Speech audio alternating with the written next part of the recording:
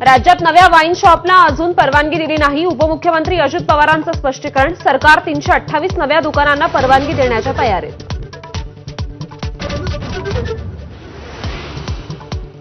ठाकरे बंधूंची राजकीय युती जाहीर होणं गरजेचं, तरच महाराष्ट्राला दिशा मिळेल. आता संभ्रम नको.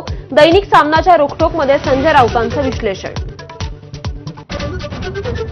लाडकी बहीण योजनेवरून दत्ता भरणे आणि छगन भुजबळ या मंत्र्यांकडूनही घरचा आहेर. लाडक्या बहिणींमुळे निधी वेळेवर मिळेना अशी भरणेंची तक्रार, तर भुजबळ म्हणाले तिजोरीवरचा ताण लपवण्यात अर्थ काय. फूड अँड ड्रग्सचे अधिकारी फोन घेत नाहीत. संजय गायकवाडांकडून पुन्हा आक्षेपार्ह भाषेत टीका. बुलढाण्यात आश्रम शाळेतील विद्यार्थ्यांना विषबाधा झाल्यावरून गायकवाडांचा संताप अनावर. जयंत पाटील शरद पवारांच्या राष्ट्रवादीच्या प्रदेशाध्यक्षपदावरून पाय उतार झाल्याची माहिती. शशिकांत शिंदे होणार नवे प्रदेशाध्यक्ष, तर जयंत पाटील पक्षासोबत खुश नाहीत. गिरीश महाजनांचं मोठं वक्तव्य.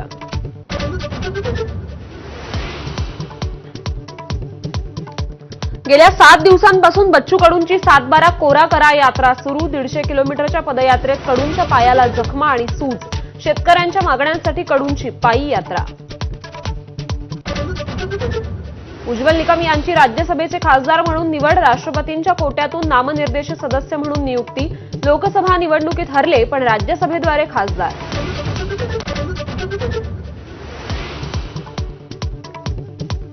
लातूरातील शेतकरी खांद्यावर नांगर घेऊन मुंबईत मंत्रालयाच्या दिशेने रवाना. सरकारकडे कर्जमाफीसह विविध मागण्या. ठाण्याहून मुंबईकडे रवाना होताना पोलीस अडवण्याची शक्यता.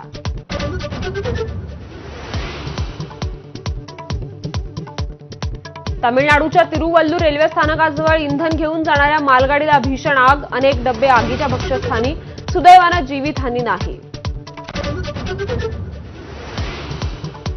हिंदी आणि भोजपुरी बोलेन पण मराठी नाही असं म्हणणाऱ्या मुजोर रिक्षा चालकाला ठाकरेंच्या शिवसैनिकांनी दिला सोप. विरारमध्ये रिक्षा चालकाला मागावी लागली माफी.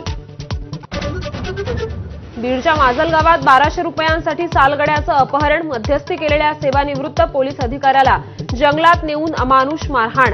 1.5 लाख रुपये लुटून तोंडावर लघुशंकाही केल्याचा प्रकार.